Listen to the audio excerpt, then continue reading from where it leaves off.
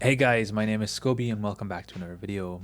In today's video, we're going to be asking ourselves the question, is Ambilight worth it? Asterisk in 2024. But you can take this from any point in the future, as I think all these points will still stand true. So the first thing we're talking about in today's video is what is Ambilight, and I'll start off by referencing what the Philips Ambilight is, and then we'll talk about some of the other competitors and then some of the other things a bit later as well. TV that I'm using in today's video is a Philips PML 9506. So it is a mini LED Philips Smart TV. It's currently 75 inches and it does have four-sided Ambilight inside it. So Ambilight is currently one of the unique selling points for some of Philips Smart TVs, which is an array of LEDs displayed behind the TV, which will basically take the colors on the edge of your screen and display them on the wall behind it, which can create a more immersive experience. Of course, you can then set a number of different settings on this, or you can even set up some room ambient lighting if you would with your TV as well. So you can do a lot of cool things with it, but at the moment the Ambilight branding is only for Philips, but of course there are some other clones that have started to pop up. Govee is one of the most popular ones that I know of, and there are some others out there as well, but they're not natively built into the TV.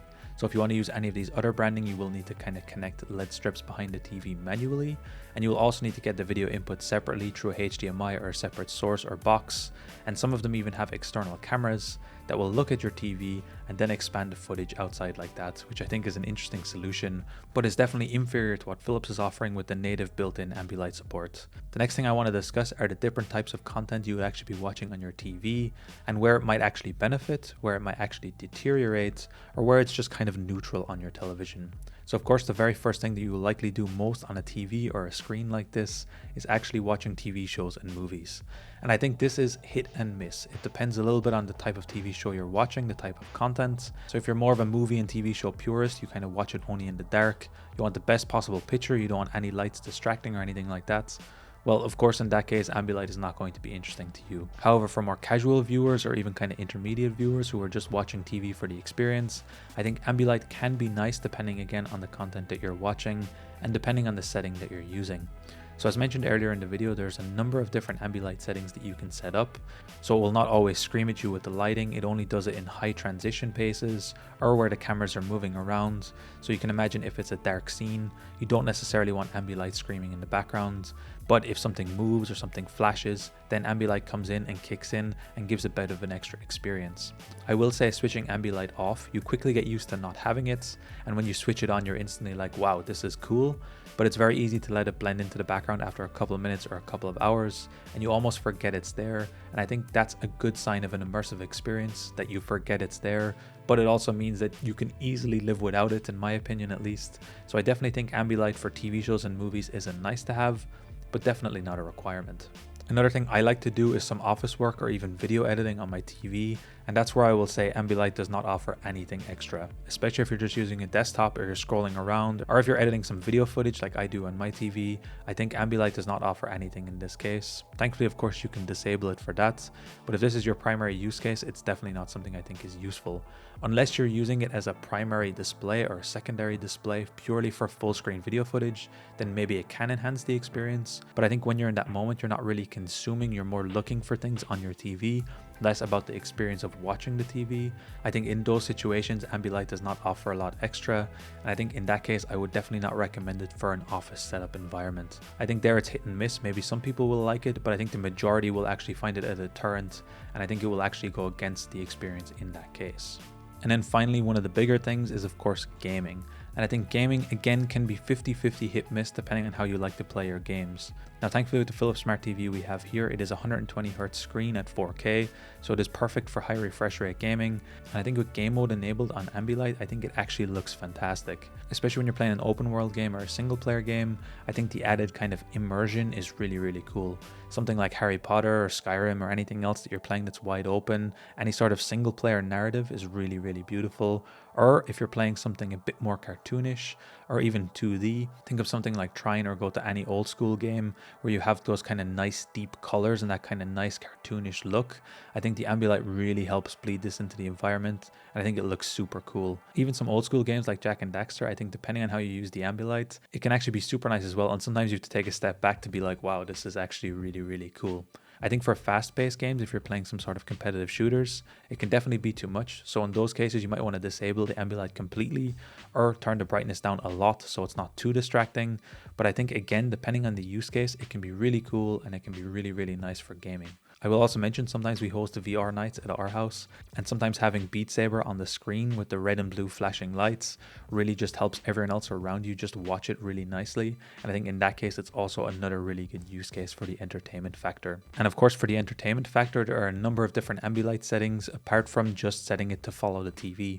You can also set your Ambilight to follow a static color. You can also set it to follow a certain flag pattern, which I think is a really nice option. And you can even set ambient lighting for when your TV is turned off. So you can turn off the screen, but still have ambient lighting on your TV, or have it react to the sound in your environment or react to the sound on your TV without following the video itself, which are some extra nice options depending on how you want to use it. So I think with all that in mind, Ambilight has a couple of key uses. I think TV shows and movies and gaming are definitely two of the main ones. I think hosting and entertaining is also quite a big one, but I think any kind of office or dedicated work does not kind of dedicate nicely to Ambilight as a whole. With Philips Ambilight, there are also a couple of different versions that you can get. I believe the newest TVs coming out in 2024, not the one I'm currently using, have newer and more improved Ambilight technology. I'll leave some links in the description down below. It's not something I've looked into a lot, however, I believe it's going to be getting better and better, which is a cool thing to see. So it is something they're going to be supporting and actually looking to improve more in the future as we go along. Also, depending on the model of Philips Smart TV you can have 4 or 3-sided Ambilight. The TV that we're using has 4-sided Ambilight, so it also includes the bottom strip. But for some of the smaller TVs and some of the lower end Philips TVs, they do not have the bottom strip for Ambilight, so you'll only have the left, right and top-sided Ambilight, so you will not have that full immersive experience. But in my opinion, that's also only useful if you're wall mounting it. That brings me to my extra point of where you're actually installing and using the TV. I think if you really want that full Ambilight or that kind of full LED experience, you should be wall mounting the TV in a clean area. There should be no cables around it, and ideally it's a nice flat wall. And I think they recommend at least 15 centimeters on each side to really make sure that the LEDs can spread fully and you can kind of get that full immersive experience. Ideally you get a wall mount that holds your TV flat, but not too flat to the wall, so you can get that nice immersive Ambilight experience. Otherwise it can deteriorate, especially if it's sitting on just a stand and you have the downsided Ambilight. It's not really doing anything, you're not getting that extra experience. Or if it's sitting in the corner of the room, the lights get lost in it very quickly. So it's definitely recommended to have a nice setup if you're going to be doing Ambilight. So a nice flat wall mounted with a lot of clear space in all directions around your TV to really get that Ambilight experience. So with all that in mind, do I recommend or do I think Ambilight is worth it in 2024? I still think Ambilight's a really, really cool feature, and I think it's definitely worth it if you're looking at buying a Philips Smart TV. However, I would not recommend buying a Philips Smart TV just for Ambilight. You should still look at the full package that you're buying. I think sometimes Philips TVs ask for a premium just for the Ambilight, which I don't think always makes sense because the main use case of your TV should be, of course, getting the highest quality TV for what you need, not necessarily buying a nice TV that has some lights that float on the background as well.